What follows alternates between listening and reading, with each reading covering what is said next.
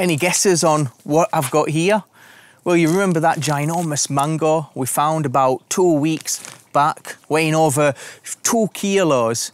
Well, we got a seed out of it. It looked a little bit too far gone. Well, the good news is it's all right. It started growing, and today I'm going to show you that. We're going to plant that up together, give you a few tips on when you're trying to grow your own mangoes from seed, a few problems that you might have as well that hopefully you can avoid.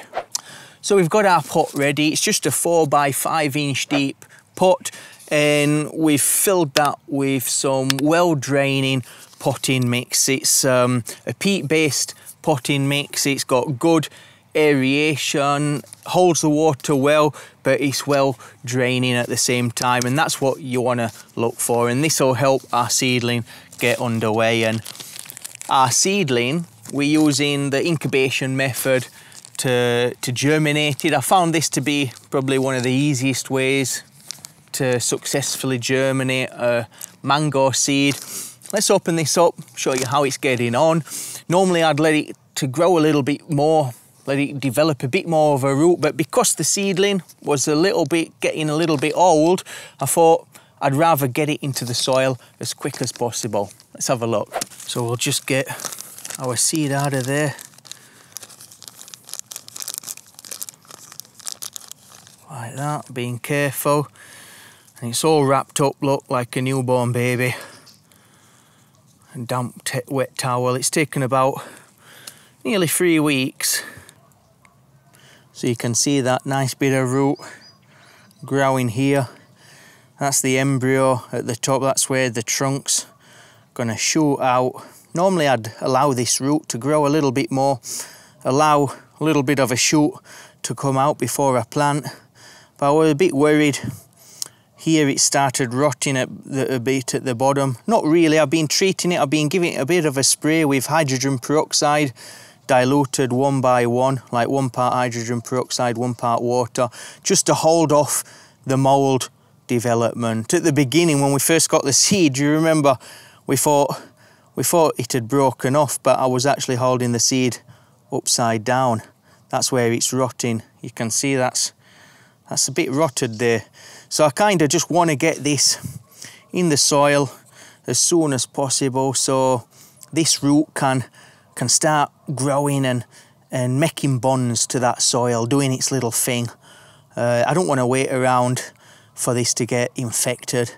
This thing's precious, man. This could grow me a 2 kilo mango tree. So the only thing we're going to do is just bang our thumb in there or your finger to make a bit of a hole, and then we're just going to sit our mango seed in like that, and then just fill in the side. So you want to make sure that your mango seedling is well watered, especially at this seedling stage while it's putting down and developing its root system.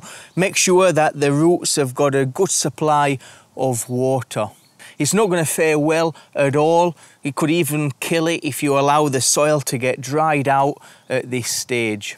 That being said, it doesn't want to be sat in water either. Just make sure it's getting a good supply and that water is freely escaping from the bottom. So you want to keep your little seedling nice and warm. Find a nice cushy little space in your house that's got good indirect bright light that you can give it for now until it starts developing some leaves, a little stem, like a little baby sapling, and then you can start exposing it to a bit of bright direct sunlight. Even when your little saplings start to develop, you want to keep it still nice and warm and protected. It's not going to deal well with cold, damp weather, even if it's not freezing. I'll show you later what's happened to some of my saplings that are about 30 centimetres tall that have been damaged from just leaving them out in cold, damp nights with a lot of wind, real unfavourable conditions. Even though it wasn't freezing, it's damaged them, and some of them have been affected severely from fungal diseases, typically anthracnose, that affects mangoes. I'll show you what's happened to them later. Something what you can do to try and fight against these fungal diseases that typically affect your mangoes. A fully mature mango tree is not going to survive for more than a few hours on a prolonged frost, so make sure if that's your conditions that you can protect that tree, whether by mulching and putting some covering over the tree or finding some way to bring it into the house or into a heated greenhouse. So from seed to harvest, you're looking at about 5 years on average before your little tree starts producing some fruit, unless you graft, and that's when you take a little bud, a branch, a cycon, known as, from a tree, and you implant it or graft it onto your seed-grown rootstock. And we're going to do that on some of our other mangoes in the future, which is going to be really fun to show you. Maybe this year we can get to it if some of our plants are ready to be grafted, but we're not going to be doing it with this one because, well, this is our giant mango seed and we want to try and get that plant to grow. We want to try and see what fruit this one can produce. Mangoes come in two types: monoembryotic, meaning just one embryo, and polyembryotic, meaning multiple embryos. And polyembryotic will grow true to seed. It'll grow exactly the same fruit as the fruit you've eaten. Monoembryotic is going to be a giant genetic gamble. We don't know what we're going to get. The fruit could be really poor, it could be the same, it could be spectacular. It's just a big gamble. We don't know what type we have here. It could be mono, it could be poly.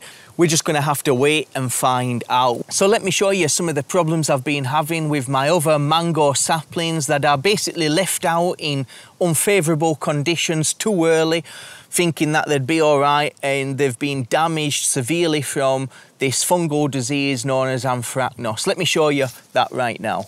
So this is some mango seedlings that I grew about maybe 7-8 months ago, and they've been doing quite well, but I made the mistake of leaving them out this winter in a lot of damp weather with a lot of wind, and it was quite cold, maybe 4 or 5 degrees, and you can see that they've started getting fungal damage. In fact, they're recovering, these ones. You can see how there's little black spots on the leaf. That's how it starts. And then worst case scenario is that they lose all the leaves, as you can see there, and the stem starts going black and dying. I'm hoping this feels pretty strong here, and there's a couple of buds here that's about to start growing. I'm hoping it's going to come back. So what can we do to combat this fungal disease? Well, you want to make sure that your little saplings, when they're ready for it, that they can be put in a place where they're receiving a good 8 hours of strong direct sunlight every day. Somewhere they're going to keep nice and dry and not exposed to cold, damp conditions where this fungus thrives, especially now while it's still a sapling and it's trying to establish itself. Also, you're going to do yourself a massive favour if you try to find and source varieties that are known to be resistant to these type of fungal issues. You can also treat your little saplings with a copper-based fungicide, give them a good watering with copper, but you don't want to be doing that on any adult trees that might be fruiting within a few months. Best to avoid it. You don't want none of that copper, them heavy metals, getting into your fruit. So let's see how our little seedling gets on in the next few months, and we'll follow his progress. Hopefully he can survive and he can do really, really well. If you want to know how you can grow your own lychee from seed, then make sure you just hit that video that's just popped up now. I look forward to catching up with you guys in the future, giving you an update on how this little seedling gets on. If you want to hit me up on Twitter or Instagram, the links are all also in the description. Until next time, guys, I'll see you later.